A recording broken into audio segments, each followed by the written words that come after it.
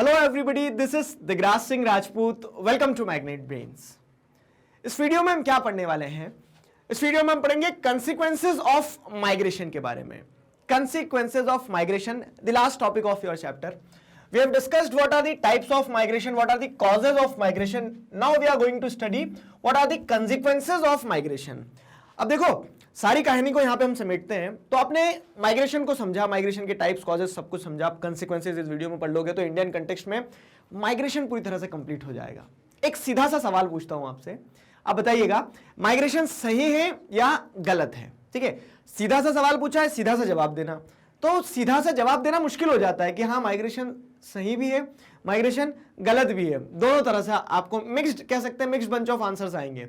Fine, तो उस context में हमें कंसीक्वेंसेस समझना है कि whether the consequences of migration are positive और नेगेटिव। तो उन्हीं सारी चीजों को हम समझेंगे, और समझने के साथ साथ ऐसा नहीं कि सिर्फ पॉजिटिव नेगेटिव समझेंगे, इन्हें मल्टीपल फ्रंट्स पे समझेंगे कि ज्योग्राफिकल बेनिफिट्स एडवांटेजेस हैं या डिसएडवांटेजेस हैं, इकोनॉमिक एडवांटेजेस हैं, डिसएडवांटेजेस हैं। ठीक है, तो माइग्रेशन को मल्टीपल फ्रंट्स पे माइग्रेशन के कंसीक्वेंसेस को समझेंगे। खास करके देखो, जब आपको कभी ऐसे वगैरह लिखना है, खास करके जैसे जो कॉम्पिटिटिव की प्रिपरेशन कर रहे हैं, तो वहां पे आपको लिखने के लिए बहुत मल्टीपल कह सकते हैं मिर्च मसाला मिल जाएगा। ठीक है, डायमेंशंस मिल जाएंगे, अलग अलग पॉइंट ऑफ व्यू मिल जाएंगे। तो अच्छे से समझना इस टॉपिक को। ठीक, चलो स्टार्ट करते हैं। Migration response to the uneven distribution of opportunities over space. सबसे पहला अगर रूट कॉज ही समझे तो what is the need to migrate. Migration के पीछे का कारण समझोगे, बेसिक फैक्टर, पुश पुल, वो जो सब पढ़ के आए हो कॉजेस, तो क्या है क्रक्स? क्या निकलेगा? क्रक्स ये निकलेगा कि आदमी को क्या चाहिए, इंसान को अपॉर्चुनिटीज चाहिए, और अपॉर्चुनिटीज अनइवनली डिस्ट्रीब्यूटेड है। शहरों में ज्यादा अपॉर्चुनिटीज है गांवों की अपेक्षा। ठीक है, इन जनरल अगर बात की जाए तो उस कारण से क्या होता है, ये अनइवन डिस्ट्रीब्यूशन ऑफ अपॉर्चुनिटीज जो है ना, इसी कारण से इंसान जो है वो माइग्रेट करता है। ठीक है, माइग्रेशन इस कारण से होता है। People tend to move from place of low opportunity and low safety to the place of higher opportunity and better safety. ठीक है, तो यही कारण होता है, इस कारण से लोग मूव करते हैं। अब देखो, लोग तो अपना सोच के मूव कर गए, सब अपने अपने कंसिडरेशंस को लेते हैं ना कि यार मुझे यहाँ पे अपॉर्चुनिटीज नहीं मिल रही, मैं शहर में जाऊंगा। ठीक है, तो क्या हो रहा है यहाँ पे, आप चीजों को समझना अच्छे से कि लोग अपनी पर्सपेक्टिव, मतलब खुद के बारे में सोच रहे हैं, पर्सनल एडवांटेज और डिसएडवांटेज को देखते हुए मूव कर जाते हैं। बाकी इसका इंपैक्ट क्या होता है? तो the impact of migration is that it creates both benefit and problems for the areas people migrate from and migrate to. अब क्या हो रहा है, लोग माइग्रेट कर गए, लेकिन उस माइग्रेशन के पीछे जो हम इंपैक्ट को अगर देखेंगे तो इंपैक्ट ये होता है कि जो लोग माइग्रेट करें उनके लिए और उनके जगह को, वो जहां से निकल रहे हैं और जहां को जा रहे हैं, ठीक है, अपॉर्चुनिटीज भी होती हैं और प्रॉब्लम्स भी होती है।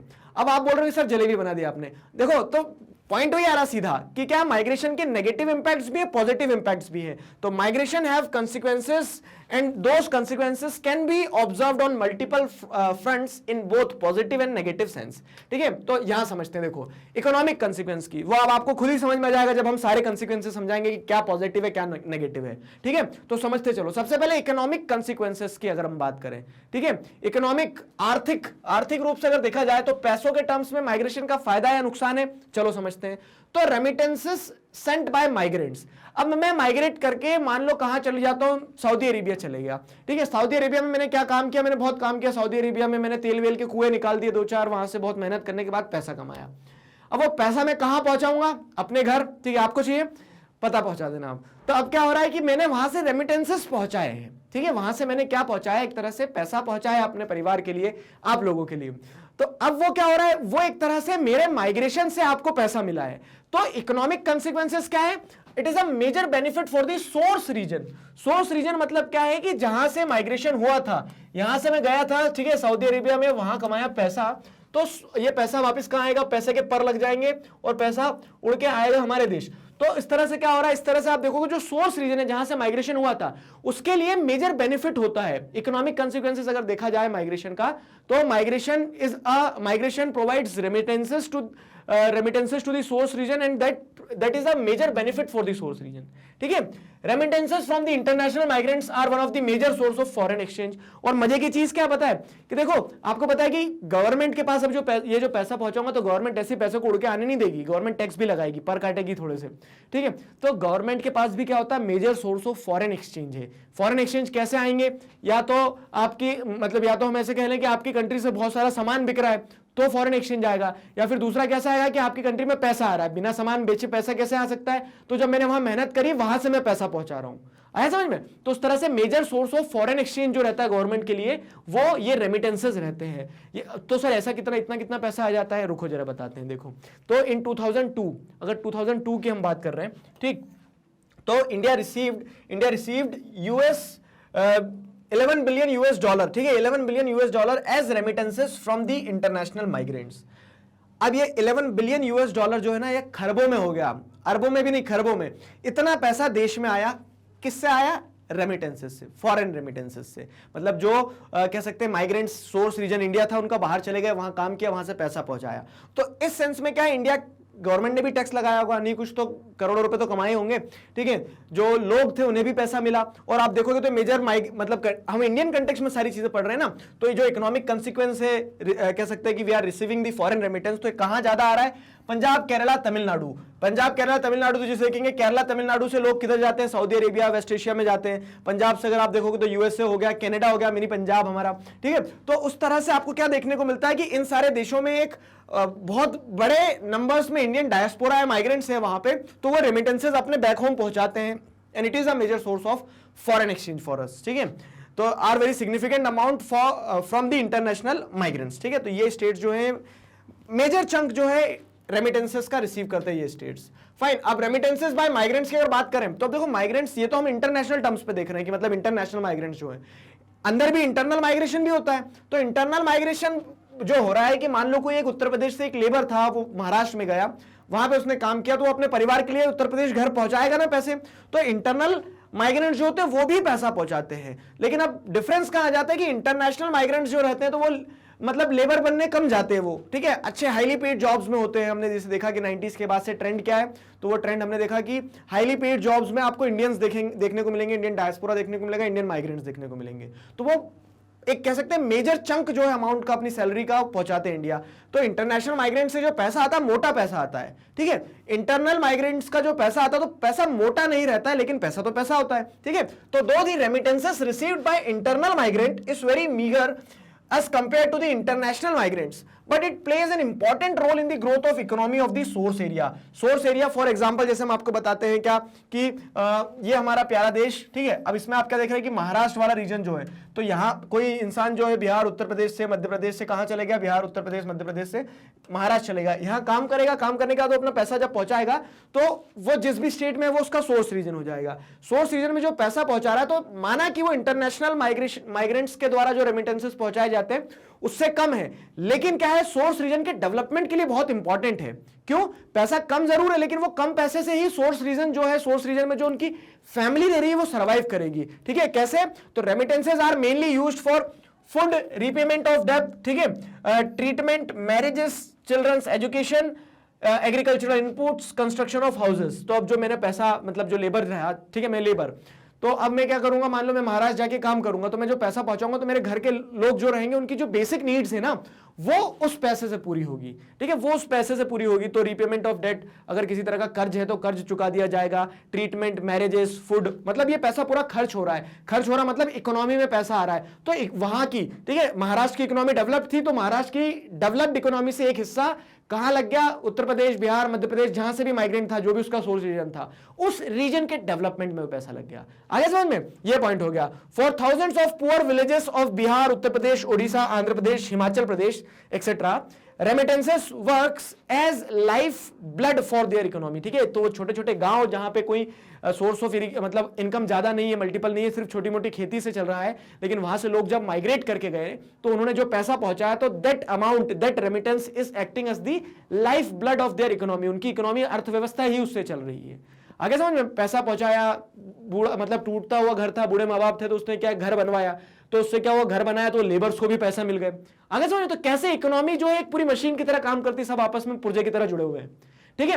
ये कहानी हो गई है। तो ये आप इकोनॉमिक कंसिक्वेंसेस समझो, ठीक है। इकोनॉमिक अभी तक पॉजिटिव देखने को मिल रहा है, तो आप सोच रहे सब घर छोड़ छोड़ के चलो दूसरे देश में जाएंगे, वहां से पैसा कमाएंगे तो अपनी इकोनॉमी ग्रो करेगी। रुको, थामो, ठीक है। तो अब यहाँ पे क्या है, migration relation with the success of green revolution, ठीक है, this is another positive point. ये भी पॉजिटिव पॉइंट समझो। हमने क्या पढ़ा कि अभी पिछले वीडियो में जो पढ़ के आए हमने, स्पेशल वेरिएशन ऑफ माइग्रेशन, तो उसमें आपने क्या देखा था कि अधिकतर जो स्टेट्स हैं जैसे महाराष्ट्र हो गया, ठीक है, दिल्ली हो गया, हरियाणा हो गया, पंजाब हो गया, इन स्टेट्स में क्या है, इन स्टेट्स में इन माइग्रेशन बहुत ज्यादा है, लोग बहुत सारे माइग्रेंट आते हैं। और कहां से आते हैं? उत्तर प्रदेश से आते हैं, बिहार से आते हैं, मध्य प्रदेश से आते हैं, राजस्थान से आते हैं। क्यों आ रहे हैं? तो देखो ये स्टेट जो है, आप देखोगे पंजाब और हरियाणा की स्पेसिफिकली बात कर रहे हैं, तो यहां पे एग्रीकल्चरल लेबरर्स की जरूरत थी। और ये माइग्रेंट लेबरर्स जब गए ना इन स्टेट्स में, और यहां पे उस समय में जैसे 60s 70s के डिके में अगर आप देखोगे तो 60s 70s के डिकेड में हमें क्या देखने को मिलता है कि यहां ग्रीन रेवोल्यूशन हुआ। तो ग्रीन रेवोल्यूशन ऐसा नहीं कि बस वो बीज जो था वो कूद गया जमीन में और फिर बहुत प्रोडक्शन हो गया, लेबर्स ने मेहनत करी है। तो वो लेबर्स अगर माइग्रेट नहीं करते, ठीक है, इन स्टेट्स में, पंजाब में, हरियाणा में, तो क्या ग्रीन रेवोल्यूशन सक्सेसफुल होता? सोचने वाली बात है। तो इस सेंस में एक पॉजिटिव इंपैक्ट ये भी लिख सकते हो आप माइग्रेशन का कि migration prove to a very important part in the success of green revolution. ठीक है, माइग्रेंट्स अगर नहीं जाते तो ग्रीन रेवोल्यूशन उतना सक्सेसफुल नहीं होता जितना आज हम देख रहे हैं। क्लियर? तो ऐसे कनेक्टिविटी डेवलप करना है आपको। फिर क्या है, अब ये पॉजिटिव बहुत हो गया ये, और ये सारे इकोनॉमिक कंसीक्वेंसेस हैं। अगर नेगेटिव कंसीक्वेंसेस की हम बात करें, देखो हमने सारे टॉपिक एक साथ जोड़ दिए क्योंकि इंटरलिंक्ड है। नेगेटिव कंसीक्वेंस की अगर हम बात करें तो negative economic consequences of migration are that unregulated migration to the metropolitan cities of India has caused overcrowding. ठीक है, तो ओवरक्राउडिंग आपको यहां देखने को मिलेगी जितने भी मेट्रोपॉलिटन सिटीज हैं, बीट मुंबई, दिल्ली, वहां पे क्या है, बहुत ज्यादा भीड़ आपको देखने को मिलेगी मुंबई, दिल्ली में। ठीक है, और उसके कारण क्या होता है, development of slums in industrially developed states such as Maharashtra, Gujarat, Karnataka, Tamil Nadu and Delhi is a negative consequence of unregulated migration with in the country. तो ये जो माइग्रेशन अनरेगुलेटेड होता है ना, कि लोग क्या है, घर छोड़ छोड़ के चले जाते हैं पैसा कमाना। देखो उनको भी ऐसा नहीं शौक है कि जा रहे हैं, चलो क्या हो रहा है कि वहां पे उनकी नीड थी, वहां पे पुश फैक्टर काम कर रहे थे, उनके सोर्स रीजन में इसके लिए उनको एम्प्लॉयमेंट चाहिए था, ये सारी अपॉर्चुनिटीज उनके गांव में नहीं थी, तो वो कहां पहुंच गए कि इन मेट्रोपॉलिटन सिटीज में। लेकिन उसका नेगेटिव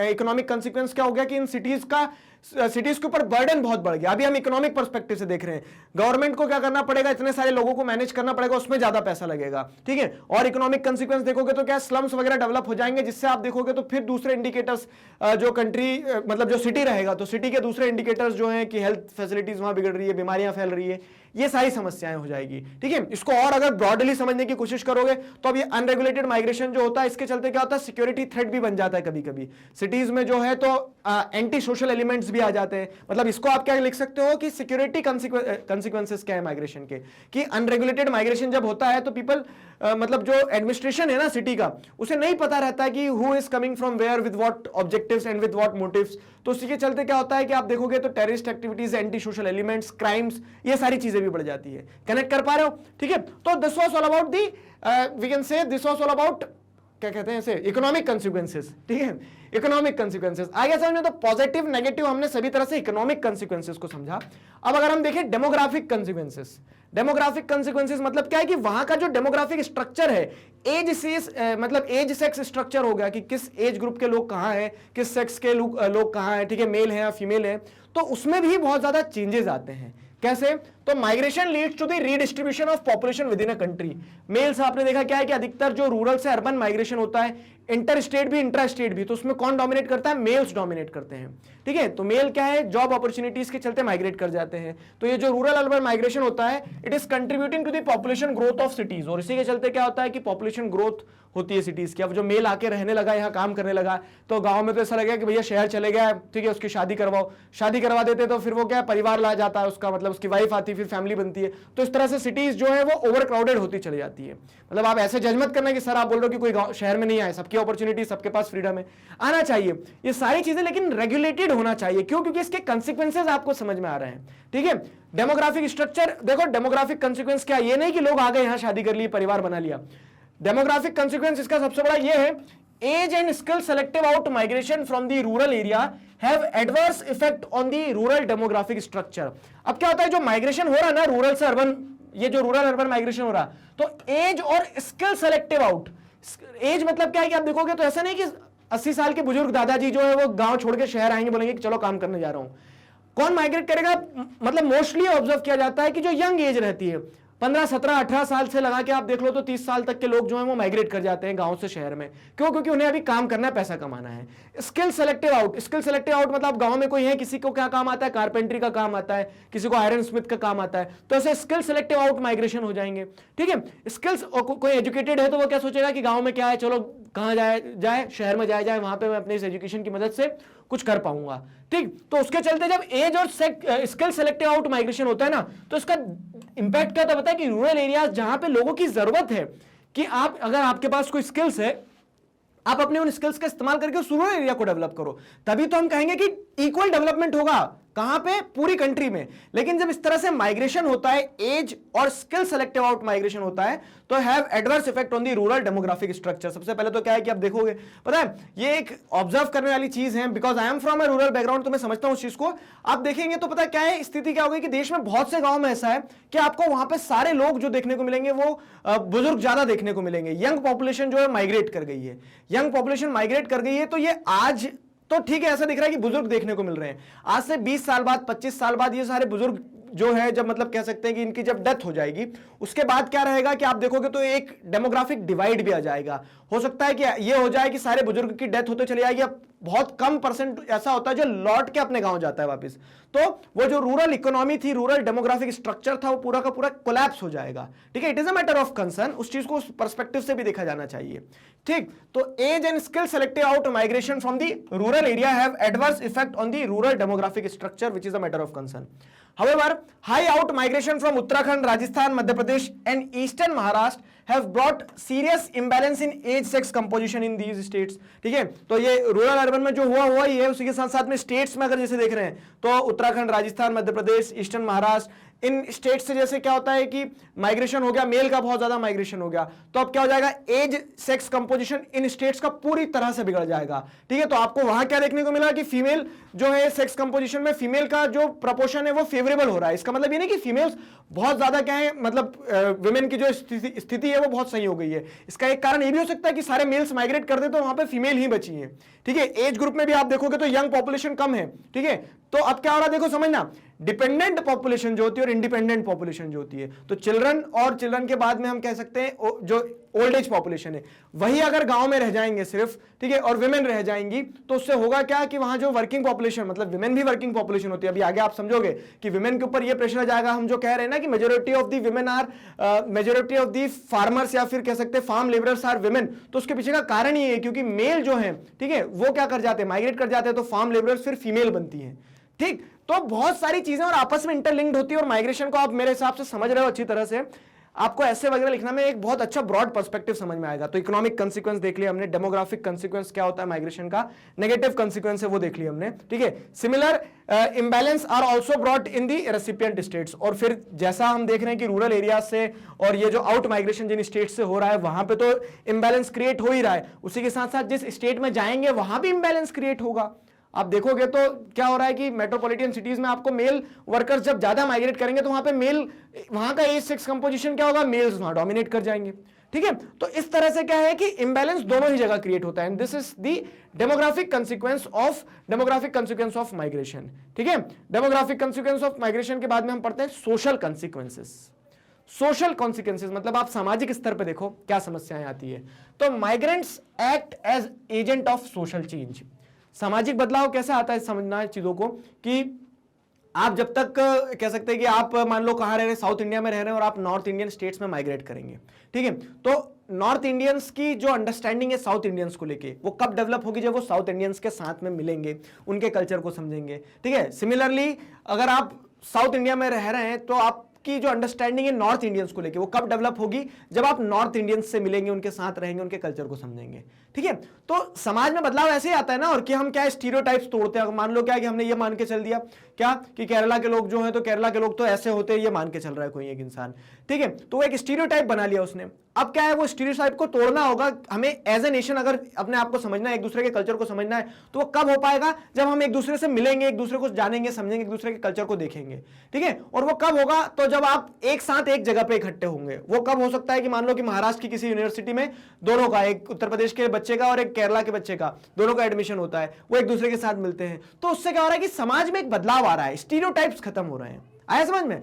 तो वैसे ही सोशल कंसीक्वेंसेस की हम जब बात करते हैं तो माइग्रेंट्स जो होते हैं ना, माइग्रेंट्स वो किसी भी पर्सपेक्टिव से, एजुकेशन, हेल्थ, एम्प्लॉयमेंट, ठीक है। जब लोग माइग्रेट कर जाते हैं, अब जैसे दिल्ली हो गया, मुंबई हो गया, चेन्नई हो गया, बेंगलोर हो गया, ठीक है, पुणे हो गया, तो ये ऐसे सिटीज है जहां पे आपको पूरा का पूरा देश देखने को मिल जाएगा। मतलब हर स्टेट से, हर डिस्ट्रिक्ट से लोग आते हैं, यहाँ रहते हैं, तो आपको पूरी कंट्री का कल्चर एक सिटी में देखने को मिल रहा है, ठीक है। एक दूसरे के साथ रह रहे हैं तो लोग एक दूसरे को समझ रहे हैं और एक सामाजिक बदलाव आ रहा है, अंडरस्टैंडिंग डेवलप हो रही है सबके बीच में, ठीक है। तो migrants act as a agent of social change. The new ideas related to new technologies, family planning, girls education etcetera get diffuse from urban to rural area through them, ठीक है। तो ये देखो मैंने आपको एक अंडरस्टैंडिंग वाला जो पॉइंट है वो तो बता दिया आउट ऑफ द कंटेक्स्ट, लेकिन मेन और सोशल चेंज को अगर समझोगे ना, मेन सोशल चेंज क्या आ रहा है पता है, ये आ रहा है new ideas related to new technologies, family planning, girls education, ठीक है। I will emphasise on this, समझना इस चीज को। क्या हो रहा है कि अब अर्बन एरिया, जैसे मान लो कि एक फैमिली थी, गांव में रहती थी, वो कहाँ चले गए, शहर में चले गए, वहीं सेटल हो गए, वहां पढ़ने लगे, उनके बच्चे हो गए, उनके बच्चों को पढ़ाने लगे, सारी चीजें, ठीक है। तो अब क्या होगा कि उस इंसान ने क्या देखा, उस इंसान ने देखा कि हाँ लाइफ अर्बन एरियाज में कितनी आगे निकल गई, लाइफ अर्बन एरियाज में कैसे चेंज आ गए, रूरल एरिया शायद अभी उस पार पे नहीं आए हैं, ठीक है, उस बराबर पे नहीं आए हैं। तो उस कारण से क्या हुआ, उस कारण से जब ये इंसान कभी गांव अपनी छुट्टियों में वापस लौट के जाएगा ना, तो ये क्या बताएगा, ये वो सारी चीजें बताएगा, ये माइग्रेंट हर वो चीज को बताएगा जो उसने सीखी है इतने सालों में शहर में रहते हुए। तो नई टेक्नोलॉजी के बारे में, फैमिली प्लानिंग के बारे में, गर्ल्स एजुकेशन के बारे में, इन सारी चीजों के बारे में जो आइडियाज है वो अर्बन एरियाज से रूरल एरियाज तक पहुंचेंगे, ठीक है। रूरल इकोनॉमी को अर्बन एरियाज में लोग कब समझेंगे, जब वो गांव के लोगों के साथ मिलेंगे, ठीक है। तो इस तरह से क्या है, आप देख रहे हो कि सामाजिक बदलाव आता है, ठीक है। तो ये एक इंपॉर्टेंट, या फिर इसको क्या कह सकते हैं हम, एक पॉजिटिव कंसिक्वेंस हो गया, positive social consequence of migration ये है कि इंटरमिक्सिंग ऑफ द पीपल, ठीक है, intermixing and development of an understanding is ensured with the help of migrants, ठीक है। migrants play a very important role in this, ठीक है, in bringing this social change। अब अगर हम देखें तो migration leads to intermixing of people from diverse cultures. अब देखो इंटरमिक्सिंग जो हो रही है तो उसका पॉजिटिव नेगेटिव दोनों कंसिक्वेंसेस है। एक ये सोशल चेंज आ रहा पॉजिटिव, दूसरा क्या है, evolution of composite culture and breaking through the narrow considerations and widens up the mental horizon of the people at large. मतलब वही मैंने बताया कि स्टीरियोटाइप्स का खत्म होना, लोगों की एक्सेप्टेबिलिटी को बढ़ाना, ठीक है। लोग जो है तो क्या है, मेंटल होराइजन जो है लोगों का वो खुलता है कि नहीं यार सारे लोग अच्छे हैं, ठीक है, हमें उनके साथ समय बिताना पड़ता है, थोड़ा सा उन्हें समझना पड़ता है, ठीक है। जो स्टीरियोटाइप्स, और ये चीज पता है हमारे कंट्री में बहुत स्पेसिफिक भी है कि रीजनलिज्म एक बहुत बड़ा फोर्स हो जाता है। जब आप इसको कॉम्प्रिहेंसिव पढ़ते हो तो आप इसको पॉलिटिकल एंगल से देखना, इसको कभी आप इसको ज्योग्राफिकल एंगल से देखना। रीजनलिज्म कैसे हो जाता है कि नॉर्थ ईस्ट के लोग जो हैं, ठीक है, बहुत इंपॉर्टेंट पॉइंट बता रहा हूं, समझना इसको, पता नहीं कितने जोर से लगेगी आपको। ऐसा माना जाता है कि एक नॉर्थ इंडियन जो है और दूसरा नॉर्थ इंडियन जो है तो वो ज्यादा एक दूसरे के करीब, एक दूसरे के क्लोज है, ठीक है। वो दोनों जो है आपस में दोस्ती करना ज्यादा प्रेफर करेंगे अगर कंपेयर किया जाए उस नॉर्थ के इंसान को नॉर्थ ईस्टर्न स्टेट के एक इंसान के साथ में। क्यों, तो बस वो है कि उनका मतलब फिजिकल अपीयरेंस ऐसा है कि वो आपको ज्यादा किस तरह से दिखते हैं, चाइना या फिर वैसे दिखते हैं, तो हम उन्हें चीनी कह देते हैं बहुत आसानी से, ठीक है। तो ये क्या कर रहा है, एक तरह से सोशल डिवाइड क्रिएट करता है माइग्रेशन। मतलब ये इस तरह का जो स्टीरियोटाइप्स हैं सोशल डिवाइड क्रिएट कर रहे हैं। माइग्रेशन यहाँ पे पॉजिटिव रोल प्ले करता है कि जब नॉर्थ ईस्ट के लोग माइग्रेट करके दिल्ली में आते हैं, ठीक है, उनके दिल्ली में फ्रेंड बनते हैं, ठीक है, जो कि नॉर्थ इंडिया के हो सकते हैं, जो कि साउथ इंडिया के हो सकते हैं, तो वो एक दूसरे को समझेंगे, ठीक है। And this will lead to the opening up of mental horizon, ठीक है, मेंटल होराइजन खुलेगा, लोग एक दूसरे को पॉजिटिवली एक्सेप्ट करना सीखेंगे। तो this is the positive social consequence. वहीं पे नेगेटिव सोशल कंसिक्वेंस क्या है माइग्रेशन का, ये भी समझ लो कि एनोनिमिटी मतलब क्या है, गुमनामी। एक तरह से क्या हो जाता है कि हम देखते हैं कि माइग्रेट करके आ गए, अब वो नॉर्थ ईस्ट का इंसान अकेला माइग्रेट करके आया, उसकी नीड्स थी, क्या नीड्स थी, ठीक है, वो जो हमारा भाई है उसकी ये जरूरतें थी कि उसको ऐसा लग रहा था कि यार एजुकेशन अपॉर्चुनिटीज दिल्ली में अच्छी है, लेकिन यहाँ पे क्या हो रहा है कि ही इज एनोनिमस, कोई नहीं जानता है, गुमनामी में है वो, ठीक है, उसके दोस्त नहीं है, और लोग जो है तो वो स्टीरियोटाइप्स के चलते क्या है, अगर खत्म नहीं हुए स्टीरियोटाइप्स तो उसको नेग्लेक्ट करते हैं, तो उसके चलते which creates a social vacuum and a sense of detection, उसे ऐसा उखड़ा उखड़ा लगता है, ठीक है, among individuals. Continued feeling of dejection may motivate people to fall in the trap of anti-social activities like crime and drug abuse। और उसी के चलते क्या है कि जब एक इंसान, देखो human being is a social animal, समाज में हमें एक साथ रहना पड़ता है, और अब कोई अगर कंटिन्यूस डिजेक्शन फेस करेगा ना just because of his geographical factor और we can say physical appearance, तो उस कारण से क्या होता है कि he is more vulnerable to the anti social activities, जैसे क्राइम, बहुत आसानी से हथियार उठा सकता है, ड्रग अब्यूज, ये सारी चीजें, गलत रास्ते पे जा सकता है वो इंसान, क्यों, क्योंकि वो समाज में घुला मिला ही नहीं है, ठीक है। तो सोशल कॉन्सिक्वेंसेस पॉजिटिव नेगेटिव दोनों समझ में आए, आशा करते हैं समझ में आए हैं। अब अगर और देखें तो एनवायरमेंटल कॉन्सिक्वेंसेस भी होते हैं। इन्वायरमेंटल कंसिक्वेंसेस को समझो, ये सारे माइग्रेशन के कंसिक्वेंसेस। देखो बहुत डायमेंशन दिख गया आपको, इकोनॉमिक दिख गया, ठीक है, यहाँ पे आपने सोशल डायमेंशन देख लिया, डेमोग्राफिक डायमेंशन देख लिया, ठीक है। वैसे एक इन्वायरमेंटल कंसिक्वेंसेस की अगर हम बात करें तो रूरल अर्बन माइग्रेशन होता है, मतलब रूरल से अर्बन एरिया में लोग आए। अब रूरल से अर्बन एरिया में लोग आए, चलो जॉब अपॉर्चुनिटीज, एजुकेशन, हेल्थ, इस पर्सपेक्टिव से आए, लेकिन जब वो अर्बन एरियाज में आ गए ना तो अर्बन एरियाज ओवर क्राउडेड हो जाएंगे, बहुत भीड़ आ गई यहाँ पे। अब ओवर क्राउडेड हो जाएंगे तो हमने देखा कि हाँ उससे बहुत सारी समस्याएं, सर हम समझ रहे हैं कि इकोनॉमिक प्रॉब्लम, स्लम्स का डेवलप होना, ये सारा वो तो है ही, ठीक है, वो सेकेंडरी चीज है। प्राइमरी कंसर्न क्या होना चाहिए पता है कि नेचर में रिसोर्सेज लिमिटेड है।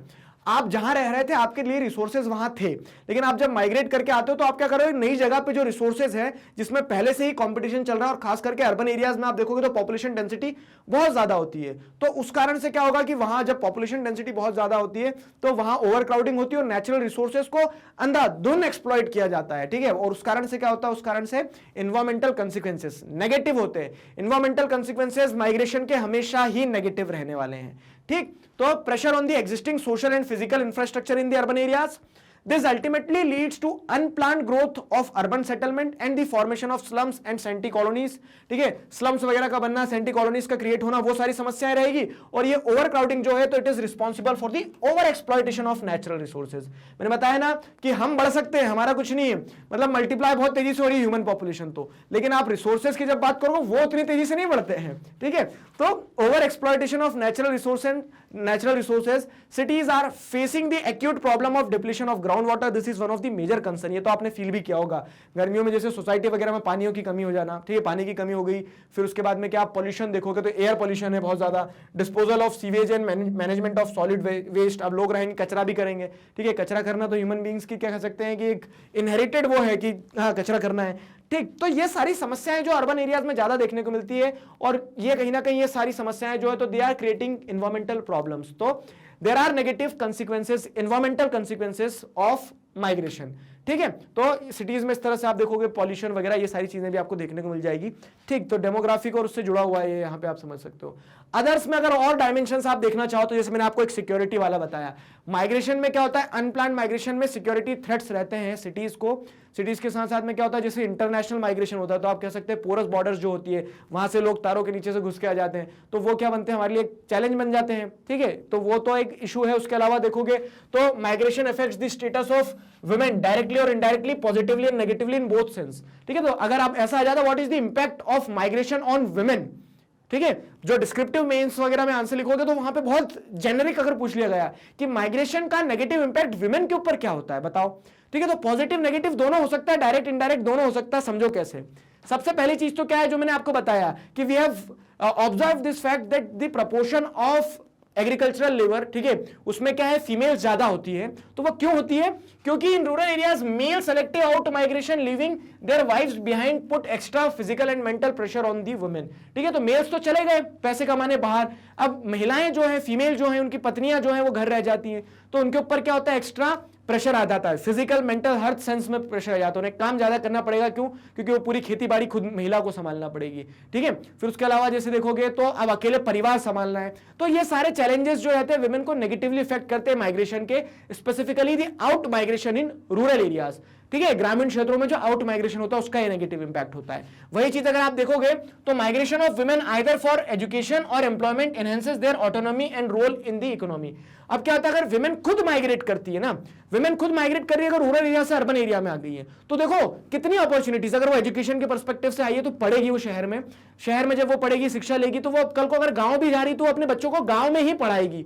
मतलब कह सकते हैं कि वो अपॉर्चुनिटीज क्या कर रही है, एक तरह से जो रीजनल इंबैलेंस क्रिएट हो रहा था, डेमोग्राफिक नेगेटिव कंसिक्वेंस देखने को मिल रहा था, उसका एक सोल्यूशन हो सकता है अगर विमेन माइग्रेट करती है। तो विमेन का माइग्रेशन आइदर फॉर एजुकेशन और एम्प्लॉयमेंट, ठीक है, इट एनहांसेस देयर ऑटोनॉमी।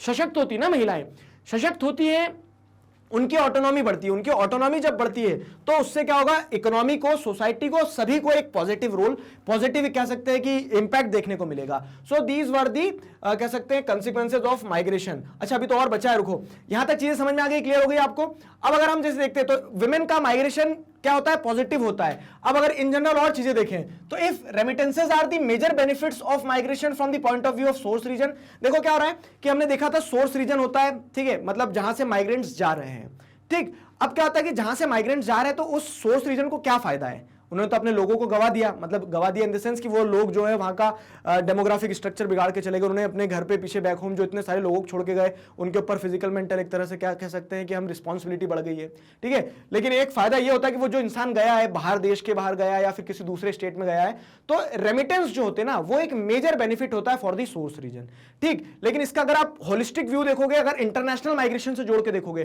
तो कंट्री को इसका नुकसान भी होता है कि हमने पैसा तो कमा लिया, लेकिन पैसे के साथ साथ में हमने क्या गवाया वो देखो। तो the loss of human resources particularly highly skilled people is the most serious. तो आगे ना समझ में, यही पॉइंट आपको समझना है और ये बहुत इंपॉर्टेंट है, क्या कि हम क्या खो रहे हैं, हम हमारे ह्यूमन रिसोर्स को खो रहे हैं। ह्यूमन रिसोर्स जो कि देश के लिए सबसे ज्यादा जरूरी है। देखो पैसा तो वो पहुंचा रहा है वहां से, लेकिन वो पैसा पहुंचा के अल्टीमेटली डेवलप किसको कर रहा है, उसे पैसा क्यों मिल रहा है, क्योंकि उसने दूसरे देश को, दूसरी कंपनी को डेवलप किया है।